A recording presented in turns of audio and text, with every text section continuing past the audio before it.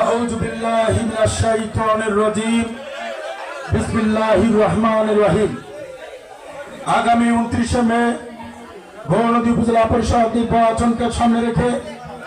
দক্ষিণ বাংলার রাজনৈতিক অভিভাবক এই অঞ্চল থেকে বারবার নির্বাচিত সংসদ সদস্য মাননীয় মন্ত্রী জননেতা আলহাজ আবুল হাসনাত আব্দুল্লাহ দোয়া শিকদার পুষ্ট উপজেলা চেয়ারম্যান পদপ্রার্থী,